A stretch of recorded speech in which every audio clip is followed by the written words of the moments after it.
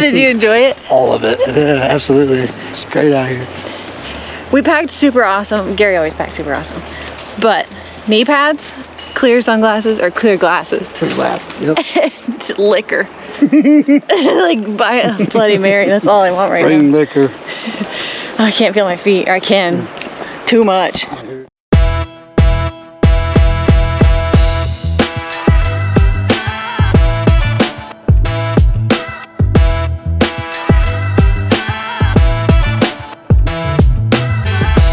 So we are out at Graves Mountain in Lincolnton, Georgia. Our really awesome friends invited us to go mining or rockhounding, and this is our first time doing something like this, but if you know anything about Gary and I, if it's outdoors, we are definitely down to give it a shot, and we really enjoyed this activity, and by the end of it, despite being exhausted, we were already trying to figure out the next travel location, mining location, and what we were going to find. Graves Mountain is open twice a year to the public, once in the spring and again in the fall. It is by donation and anyone can attend to mine.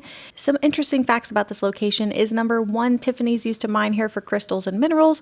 2, Chris Pratt's movie The Tomorrow War, this is one of the locations they filmed at. And 3, a lot of the minerals and crystals collected from here have been used in spacecrafts. Now we'll get more into what we found as far as rocks and crystals a little bit later in the episode, but I do want to start out by saying that this is one of the only locations in the world where you can find rainbow hematite, and we found quite a bit.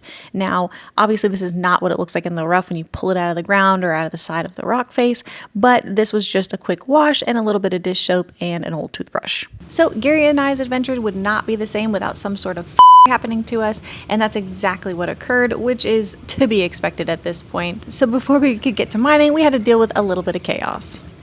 I guess there's no better spot for your transmission to go out than right in front of the Daytona Speedway, which is also right by the Ford dealership. So we took the truck there, grabbed a rental, packed it out with all our mining gear, and hit the road. Now, Gary and I are not morning people, but we were in line at 7:30 a.m. The gates open at 8, and at 7:30 there was already a very long line going in both directions to get into the entrance, but we did great, and we were able to park right up at the main area. So the main pit is the furthest area away, and ideally you want to take the tram, but there was a long line, so we decided to take all of our gear and walk to the east pit, which is going to be a lot shorter of a walk, and this area provided a lot more shade than the main pit.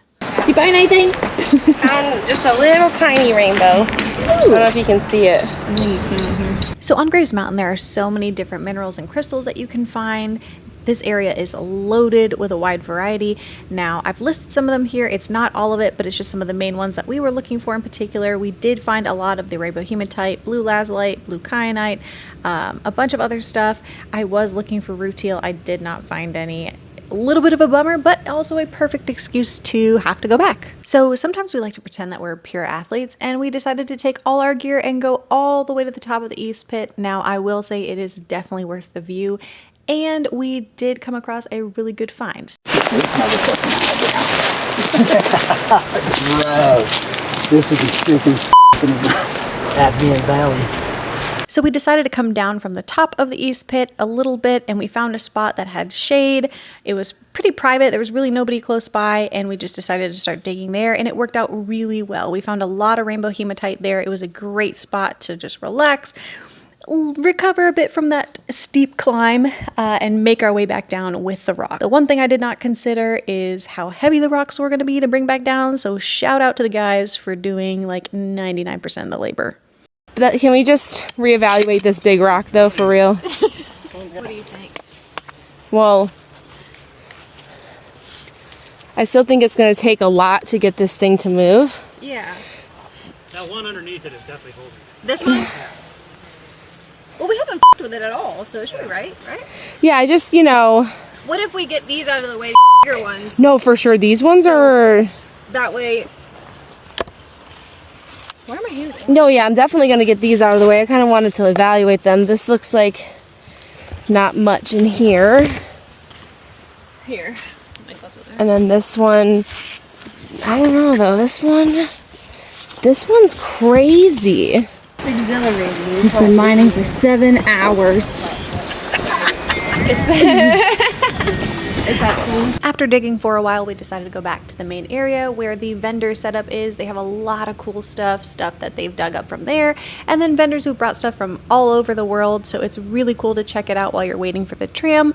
So we got something to eat, waited in line, and next up is going to be the main pit. All for rocks. Hydrate or die. Say hydrate or die. So as I mentioned earlier, the main pit is the furthest portion away, so it's best to take the tram ride when possible. It's just wait in the line. Down here is where you find the rutile. We did not find any. We all really wanted to, but that just gives us, like I said, an excuse to come back again. Is blue? Yeah, I got the blue hermaphrodites in there.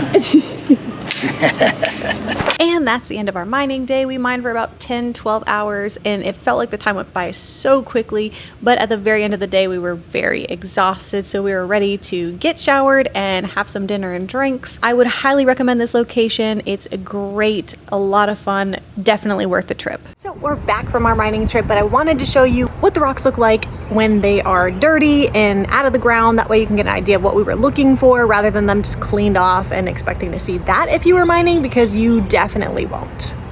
So these are unclean, unwiped off, but we were looking for pieces that had the rainbow on it, so you can see some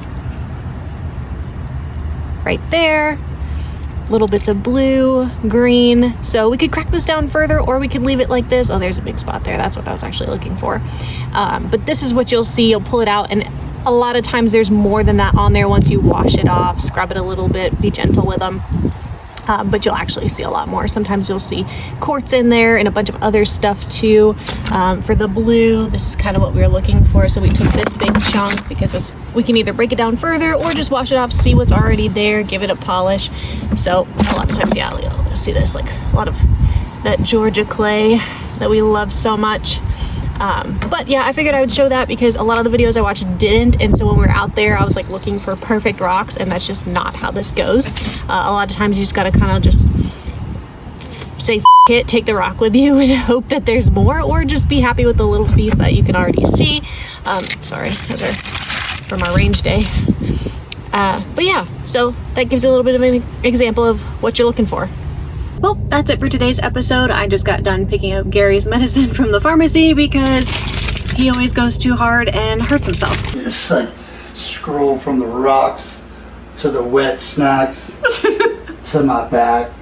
It's all the aftermath of rock mining.